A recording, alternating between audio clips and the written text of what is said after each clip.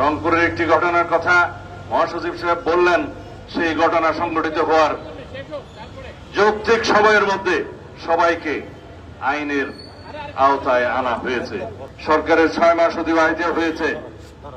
এই দায়িত্ব নেওয়ার পরে একটি ঘটনাও নাই, এমন কোন অপরাধ নাই যেটা সংঘটিত হওয়ার পরই পুলিশ বাহিনী সেটা গ্রেফতার করতে পারে নাই বা বিচারের আওতায় আনা নাই।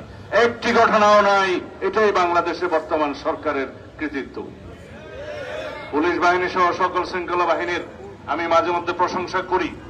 এই জন্যই করি, তাদের ভঙ্গুর মনোবল এবং ভঙ্গুর অবস্থায় যেভাবে আমরা পেয়েছিলাম, এই 6 মাসের মধ্যে তাদেরকে একটা আমরা অবস্থান উন্নীত করতে পেরেছি। তাদের মনোবল ফিরে এসছে এবং তারা সম্পূর্ণ শক্তি দিয়ে অপরাধ দমনে তারা সচেষ্ট হয়েছে। রংপুরের একটি ঘটনার কথা মহাসচিব সাহেব বললেন, সেই ঘটনা সংঘটিত হওয়ার যৌক্তিক সময়ের মধ্যে সবাইকে আইনের আওতায় আনা হয়েছে। এরকম রামিসা হত্যা থেকে শুরু করে যত ঘটনা জাতীয়ভাবে আলোচিত হয়েছে বা আলোচিত হয় নাই, প্রত্যেকটা অপরাধের আমরা অ্যাড্রেস করতে পেরেছি এবং যথাযথ আইনি প্রক্রিয়ায় নিয়ে আসতে পেরেছি, আদালতের কাছে সুপর্দ করতে পেরেছি। ক্ষেত্রমতে সমাজের চাহিদা অনুসারে সংক্ষিপ্ত সময়ে বিচারিক কার্য সমাপ্ত করার জন্য সহযোগিতা করেছি। সবকিছু আপনারা জানেন।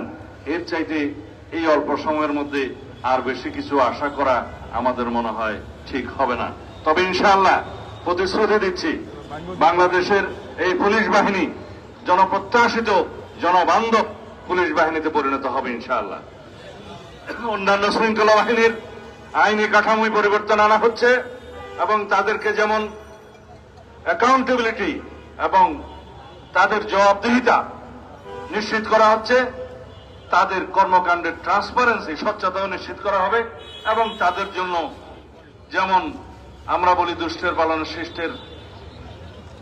দমন শিষ্টের পালন নীতি অনুসরণ করা হচ্ছে, তাদেরকে আমরা পুরস্কৃত করছি, অ্যাওয়ার্ড দিচ্ছি, সনদ দিচ্ছি, বিভিন্নভাবে পদক দেওয়া হচ্ছে ভালো কাজের জন্য, তাদের কৃতিত্বপূর্ণ কাজের জন্য।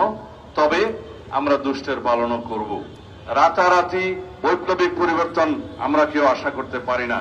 ইনশাআল্লাহ আমরা আমাদের মাননীয় প্রধানমন্ত্রী, এদেশের গণমানুষের নেতা জনাব তারেক রহমানের নেতৃত্বে নির্দেশনায় আমরা আইন শৃঙ্খলা পরিস্থিতিকে একটা এমন পর্যায়ে উন্নতি করতে পারবো, ইনশাআল্লাহ জনপ্রত্যাশা পূরণ হবে।